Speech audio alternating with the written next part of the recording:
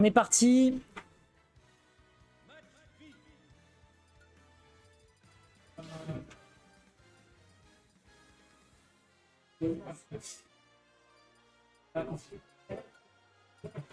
Voilà, c'était du pity, j'avais peur de dire une bêtise, donc c'est tout bon.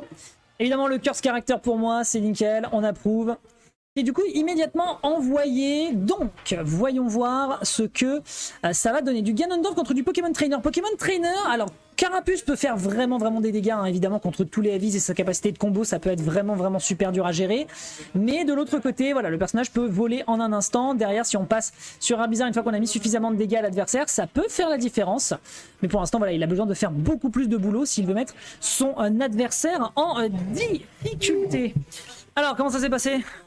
Bien, il fallait bien. Nickel. Alors du coup on a Yogifi, un joueur de Ganondorf notoire de la région parisienne, contre Bouboun, un pity qui pour le moment eh bien, a fait plus ou moins sa part du taf et ne peut pas passer sur un bizarre d'ailleurs, ce qui me surprend un petit peu. Ça y est, c'est décidé, on fait le switch. Et de l'autre côté évidemment Avatar, tu sautes, ça couvre potentiellement la roll sur un bon timing et surtout le saut. Enfin là voilà, la couverture était quasiment parfaite. De base c'est un mauvais match pour Ganon parce que genre Carapuce genre il lui met masse de dégâts. Absolument. Tu le mets off stage et après un bizarre lui met un downer et puis c'est fini.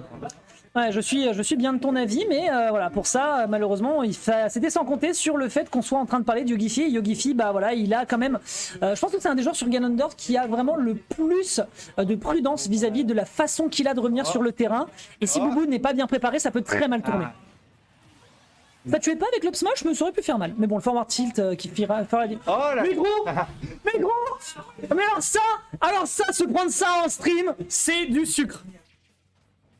Il y avait une mauvaise option et tu l'as prise quoi alors. Bah spot dodge sur ça, c'est vraiment pas le bon plan quoi. C'est vraiment pas le bon plan. En plus le move est tellement quasi invisible que tu sais jamais à quel timing il vient parce que tu y es pas préparé. Bon bref, c'est pas grave. Du bread and butter d'Herbizarre. Ouais, classique, hein, la tartine, le café, tout est prêt, on peut commencer une bonne journée.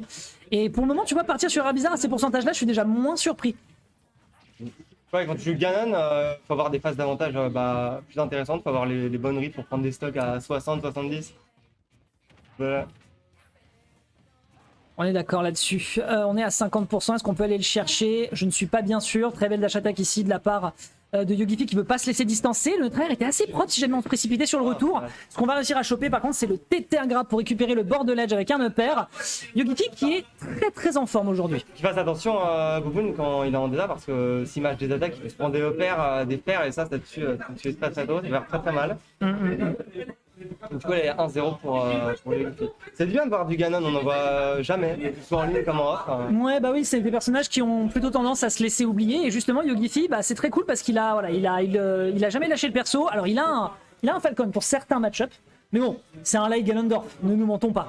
Donc pour le moment, en tout cas, c'est efficace. Yogifi qui arrive à prendre une première game, Bouboun qui va devoir resserrer son jeu et effectivement beaucoup plus réussir à mettre la pression, notamment avec Herbizarre. Parce que autant Carapuce, il a fait des petites choses en première stock, le reste du temps, aïe. Faut vraiment que tu fasses... Oh, dommage.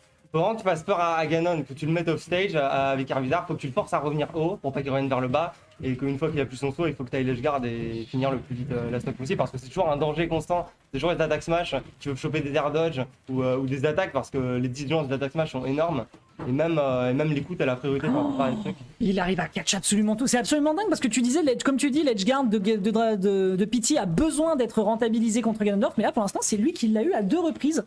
Donc là pour le moment Bouboun va peut-être se retrouver dans la sauce. Presque une stock parfaite. Presque une stock parfaite en effet.